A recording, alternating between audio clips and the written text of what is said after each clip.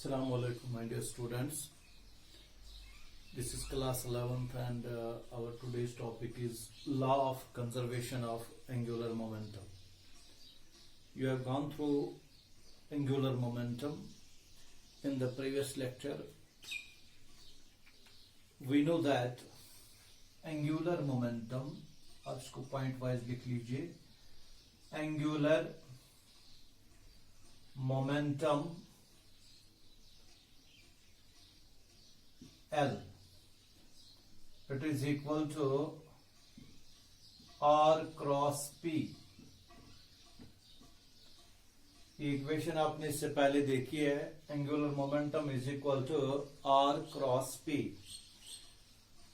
Now इसको हम differentiation करते हैं दोनों साइड में, differentiating both sides with respect to time. Differentiation कर लीजिए दोनों साइड में, तो ये आएगा dl by dt. It will be equal to d by dt of R cross P. d by dt of R cross P. Now this is R cross P. तो ये दो फंक्शंस का प्रोडक्ट है, तो उसमें प्रोडक्ट रूल लगाएंगे. First into differentiation of second dp by dt plus second, that is p, into differentiation of first dr by dt. इससे पहले भी मैंने आपको ये दिखाया है. dl by dt is equal to r cross dp by dt. What is this dp by dt? It's force. dp by dt, rate of change of linear momentum, it is force. So I will write dl by dt will be equal to r cross f, इसके बदले dp by dt के बदले r cross f plus p के बदले m into v cross v, because dr by dt is equal to v. dr by dt equal to v. अब देखिए यहां दो पैरेलल वेक्टर्स का क्रॉस प्रोडक्ट है, दैट इज 0. आपको याद होगा डॉट प्रोडक्ट क्रॉस प्रोडक्ट जब हम निकालते हैं, if two vectors are parallel to each other then their cross product is 0. if they are perpendicular then their dot product is 0. these are two same vectors v cross v. इनके दरमियान angle 0 है, तो इसमें sin theta आता है. a cross b is ab sin theta, so it is a into b into sin theta. Theta is here 0, so it will be 0. Cross product of v cross v is 0. So dl by dt, it will be equal to r cross f. But this r cross f, it is torque external. r cross f आपको पता है, r cross f is torque. अब हमें relation मिल गई torque और angular momentum के दरमियान. Torque external, it is equal to dl by dt. यानी rate of change of angular momentum of a body is equal to net torque applied. In fact, this is a relationship between torque and angular momentum. Now, the next point is, if this external torque is 0, अगर हम body पे net external torque देखेंगे, अगर वो 0 है external torque, तो जब external torque 0 है तो change in momentum will be equal to 0. Change in angular momentum is 0.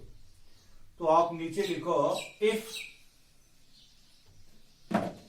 Next point लिखो, if torque external, if it is 0, implies dl by dt, rate of change of angular momentum, it is equal to 0.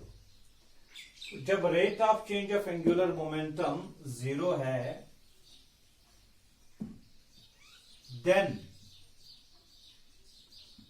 L is equal to constant, क्योंकि differentiation of constant is 0.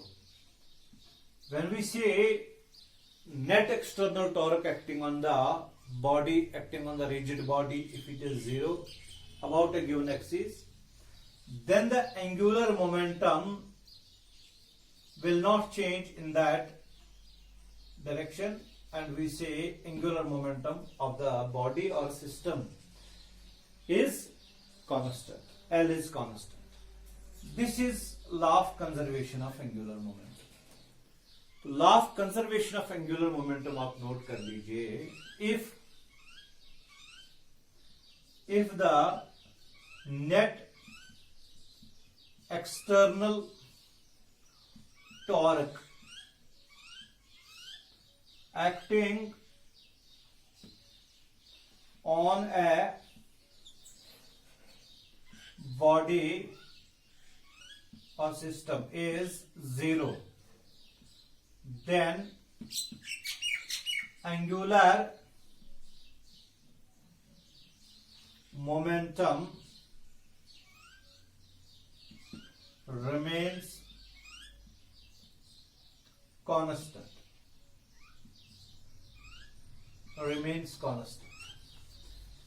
तो net external torque जब body पे 0 है, external torque, तो उस body का angular momentum constant रहेगा. तो यही law of conservation of angular momentum. Mathematically we have written it like this. If tau external equal to 0, then dl by dt equal to 0. The differentiation of L is 0, and differentiation of L is 0 means L is constant. Angular momentum is constant. ठीक है. Now we have also given you the relation between the moment of inertia and the angular momentum. इससे पहले आपने किया होगा angular moment, आपको पढ़ाया ये एंगुलर मोमेंटम और मोमेंट ऑफ इनर्शिया के दरमियान रिलेशनशिप. आप यहां से भी निकाल सकते हो. रोटेशनल एनालॉजी जो है P is equal to mass into velocity. This is linear momentum P. तो इसी हिसाब से अगर हम एंगुलर मोमेंटम L लिखेंगे, मास के बदले जो वहां है that is I moment of inertia, और V के बदले omega angular velocity, angular speed. ठीक है. तो यही रिलेशन है मोमेंट ऑफ इनर्शिया और एंगुलर मोमेंटम के दरमियान. Already we have gone through it. तो आप यहां लिख लीजिए we have L is equal to I omega, where I is moment of inertia of the body, MOI, and omega is angular velocity या angular speed. जो magnitude की बात करेंगे angular speed. ठीक है, angular speed. As tau external is 0, L is constant. जो भी आपने लिखा L is constant. L के बदले मैं लिखूंगा I omega. I omega is equal to constant. I omega is constant. ठीक है. L के बदले I omega is constant. So this is another form of conservation of angular momentum. तो जब हम रिजिड बॉडी की बात करेंगे तब हम उसका कंजर्वेशन ऑफ एंगुलर मोमेंटम इस फॉर्म में लिखेंगे. सिंगल बॉडी की बात करेंगे we will write dl by dt equal to 0 और L is constant if tau external is 0. ठीक है. अगर अब बॉडी का एंगुलर मोमेंटम जो है इस तरह चेंज हो जाए, नहीं, अगर बॉडी का मोमेंट ऑफ इनर्शिया चेंज हो जाए तो अकॉर्डिंगली ओमेगा भी चेंज हो जाएगा ताकि कांस्टेंट रहेगा L इनका प्रोडक्ट. अगर ये इंक्रीज हो जाएगा, if I will increase, What is I? Moment of inertia of the rigid body about a given axis of rotation. If it increases, जो मैंने एरो ऊपर दिखाया, if it increases, then omega decreases. Omega को decrease होना ही है, omega decrease. और we can say if I decreases, अगर एंगुलर मोमेंटम कहीं पे डिक्रीज हो गया तो ओमेगा को इंक्रीज होना ही है, ताकि आई ओमेगा कांस्टेंट रहे इस सिचुएशन में भी और इस सिचुएशन में भी. आई ओमेगा कांस्टेंट रहे, एंगुलर मोमेंटम कंजर्व रहे. ठीक है. For example, if you have moment of inertia of a body, if it changes, आप इस तरह लिखो, इफ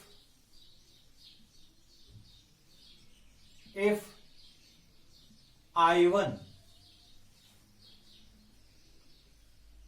if I1, नहीं ऐसे लिखूंगा मैं, if the moment of inertia of the body changes from I1 to I2, I1 से I2 बन गया, और उसका एंगुलर स्पीड भी चेंज हो गया. It's angular speed changes from omega 1 to omega 2, then क्योंकि L is equal to I omega जो हमने लिखा, और I omega is equal to constant, अभी जो आपने लिखा, I omega is constant. I will write now, I omega constant होने का मतलब है I1 omega 1 is equal to I2 omega 2. This is evident from I omega equal to constant. ठीक है. और I can write I1 by I2, it is equal to I1 by I2 omega 2 by omega 1. तो कभी हम इस equation को भी use कर सकते हैं. ठीक है. ये जो मैंने आपको बताया, it is law of conservation of angular moment. अब इसको 2-3 एग्जांपल्स हम देते हैं, थ्योरेटिकल भी और न्यूमेरिकल भी,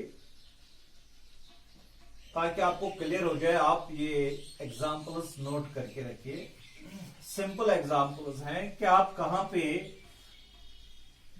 मोमेंट ऑफ इनर्शिया जो है, आप कहां पे एंगुलर मोमेंटम जो है उसकी कंजर्वेशन की इलस्ट्रेशन देखोगे. तो फर्स्ट एग्जांपल आप लिखो, नंबर 1, आप ऊपर लिखो इलस्ट्रेशन, इलस्ट्रेशन या एग्जांपल्स. फर्स्ट पॉइंट आप लिखो, the angular speed of a man, the angular speed of a man sitting on a rotating table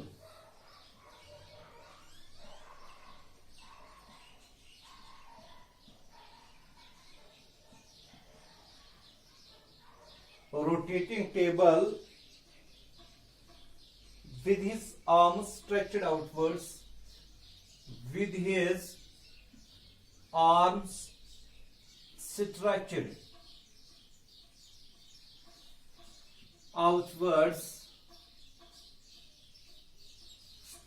outwards,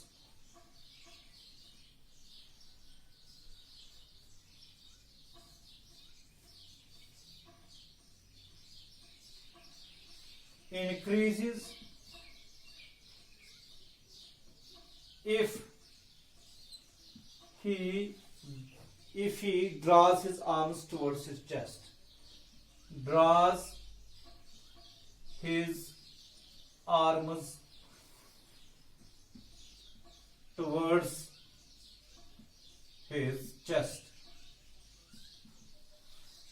देखिए आपने देखा होगा वो जो रोटेटिंग टेबल होता है, कोई आदमी उस पर बैठा है तो वो रोटेट कर रहा है टेबल, तो जब वो अपने आर्म्स को फैला रहा है, ऐसे फैला रहा है, तो उसका एंगुलर स्पीड एक होता है जब वो अपने आर्म्स को चेस्ट की तरफ होल्ड कर रहा है, उस टाइम उसकी एंगुलर स्पीड एक होती है। जब वो स्ट्रेच कर रहा है आउटवर्ड्स अपने आर्म्स को, तो क्या हो रहा है, स्ट्रेचिंग पे उसका moment of inertia I, moment of inertia उसका इंक्रीज हो रहा है। ऐसे स्ट्रेच हो रहा है तो उसका मोमेंट ऑफ इनर्शिया इंक्रीज हो जाएगा उसकी बॉडी का, तो उस टाइम ओमेगा उसका डिक्रीज हो रहा है, ठीक है, ये इंक्रीज हो रहा है। तो फिर हमने लिखा कि उसकी एंगुलर स्पीड इंक्रीज हो रही है अगर वो अपने वो आर्म्स को ड्रा करेगा टुवर्ड्स हिज चेस्ट। यानी पहले तो ऐसे था, आई इंक्रीज हो गया, ओमेगा डिक्रीज हो गया, तो जब वो ऐसे कर रहा है, अपने आर्म्स को ड्रा कर रहा है towards the chest, what happens, सारा मास एक्सिस की तरफ आता है, मोमेंट ऑफ इनर्शिया डिक्रीज हो रहा है, I decreases, so omega should increase because I omega has to remain constant. ये इसलिए है कि आई ओमेगा कांस्टेंट रहना ही है, एंगुलर मोमेंटम है आई ओमेगा, तो जब ये ज्यादा होगा ये तो कम होना ही है। When I increases, omega decreases. When I decreases, omega increases. So that I omega is constant. तो हम इस तरह लिख सकते हैं I1 omega I1 by I2 जो अभी मैंने लिखा, it will be equal to omega 2 by omega 1। I1 ज्यादा तो ओमेगा 1 कम, I2 कम ओमेगा 2 ज्यादा, तो यही इससे क्लियर होता है। तो ये एग्जाम्पल है law of conservation of angular momentum. The angular speed of a man sitting on a rotating table with his arm stretched outwards increases. Angular speed increases if he, increase हो रहा है ऐसे नहीं कि जब ये स्ट्रेच करेगा तो इंक्रीज हो, नहीं, जब ये वापस लाएगा अपने आर्म्स को टुवर्ड्स हिज चेस्ट तब एंगुलर स्पीड इसकी इंक्रीज हो जाएगी और मोमेंट ऑफ इनर्शिया उसका डिक्रीज हो जाएगा। तो इसका मतलब है हमने ये चीज देखा है। So please note it, this is an example of law of conservation of angular momentum. Second example हम लिख सकते हैं, इलस्ट्रेशन, ताकि आपको समझ में आ जाए। Second is the angular speed of a planet increase. Second, the angular speed of a planet increases. Angular speed of a planet increases when its position in the orbit is, when its position in the orbit is near the sun, is near the sun। कहते हैं जब planet revolve कर रहा है सन के इर्द गिर्द, उसकी एंगुलर स्पीड हर जगह सेम नहीं रहती है।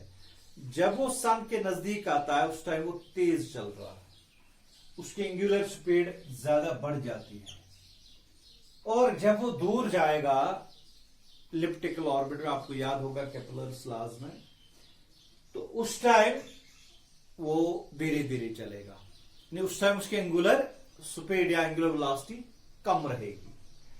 रीजन क्या है? रीजन यही है, जब भी नजदीक आएगा सन के नजदीक, उस टाइम उसका मोमेंट ऑफ इनर्शिया जो है वो कम हो जाएगा, आई कम हो जाएगा। तो momentum conserve, angular momentum conserve रखने के लिए उसको ओमेगा बढ़ाना पड़ेगा। तो आप लिखो when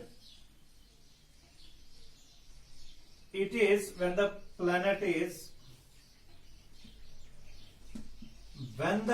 planet is near the sun, जब वो सन के नजदीक है, its moment of inertia MOI decrease, क्योंकि डिस्टेंस कम है, एंड हेंस ओमेगा इंक्रीज।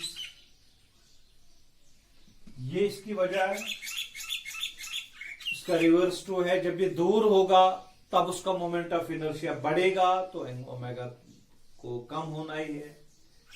ये एग्जाम्पल है एंगुलर मोमेंटम की, law of conservation of angular momentum. बहुत सारे एग्जाम्पल्स हैं, आपकी अंडरस्टैंडिंग के लिए एक और एग्जाम्पल हम लेते हैं। बैलेट डांसर आपने सुना होगा। ए बैलेट डांसर होता है ना, वो बैलेट डांस, क्लासिकल डांस वाला वगैरह, कभी वो ऐसे स्ट्रेच करती है अपने आर्म्स को, कभी ऐसे करती है अपने आर्म्स को।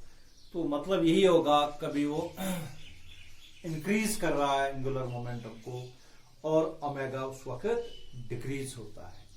जब वो एंगुलर मोमेंटम को डिक्रीज कर रही है, मोमेंट ऑफ इनर्शिया को डिक्रीज कर रही है, तो उस टाइम एंगुलर स्पीड को बढ़ा रही है। तो ये बैलेट डांसर का जो है काम है, it is based on law of conservation of angular momentum. समझ में आ गया आपको? यानी कि जब वो डांस कर रही है, कभी वो ऐसे स्ट्रेच कर रही है अपने आर्म्स को, तो उस टाइम वो क्या कर रही है, उस टाइम वो मोमेंट ऑफ इनर्शिया को बढ़ा रही है। तो उस टाइम ये आहिस्ता आहिस्ता डांस कर रही है। तो जब वो नजदीक लाती है, ऐसे जब वो नजदीक लाती है अपने आर्म्स को towards the axis of rotation, उस टाइम उसकी एंगुलर स्पीड बढ़ जाती है, मोमेंट ऑफ इनर्शिया कम हो जाता है। It is based on law of conservation of angular momentum. A ballet dancer decreases her angular speed. Decreases her angular speed. Decreases her angular speed by stretching her legs. By stretching her legs. Stretching her legs and arms out, and arms out, but increases her angular speed, but increases her angular speed, increases her angular speed by withdrawing her arms, by withdrawing her arms, by withdrawing her arms and legs towards her body, and legs towards her body. ये चीज मैंने आपको समझाया पहले ही,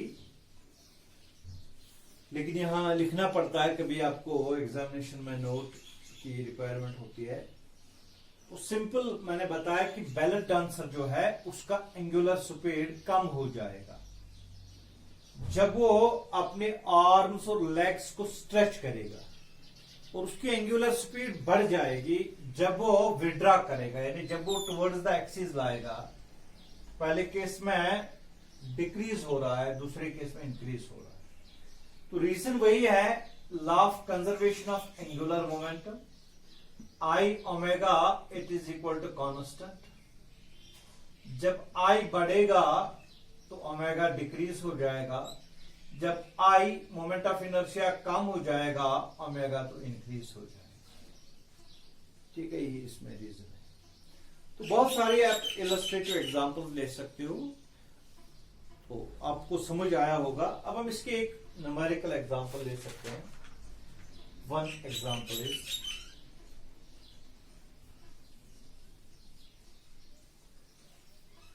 ठीक है, a diver with moment of inertia, ऐसे लिखो, ए डाइवर, DIVER, डाइवर आपको पता होगा, a diver with MOI, moment of inertia, 6 kg per meter, 6 kg meter square, 6 kilogram meter square, has omega is equal to, has omega is equal to 2 radian per second.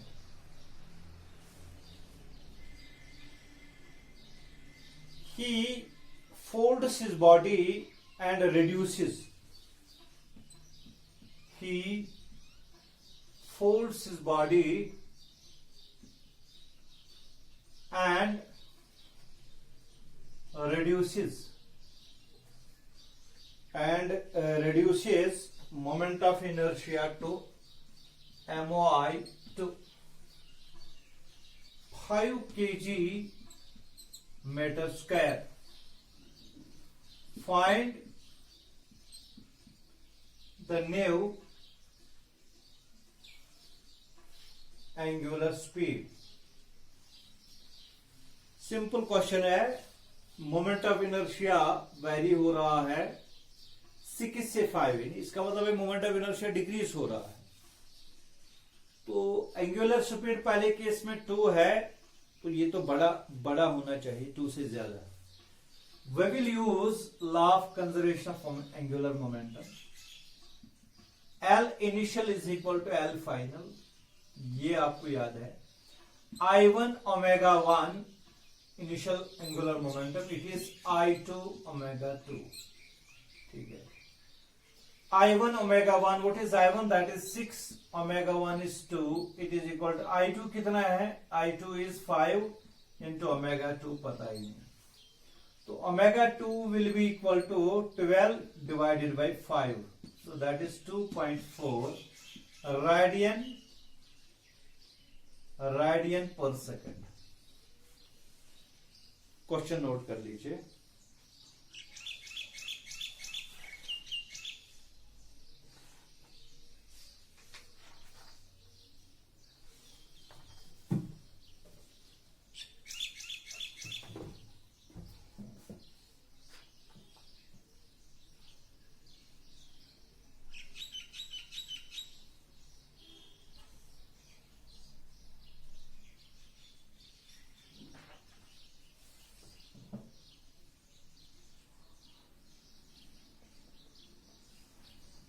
ठीक है,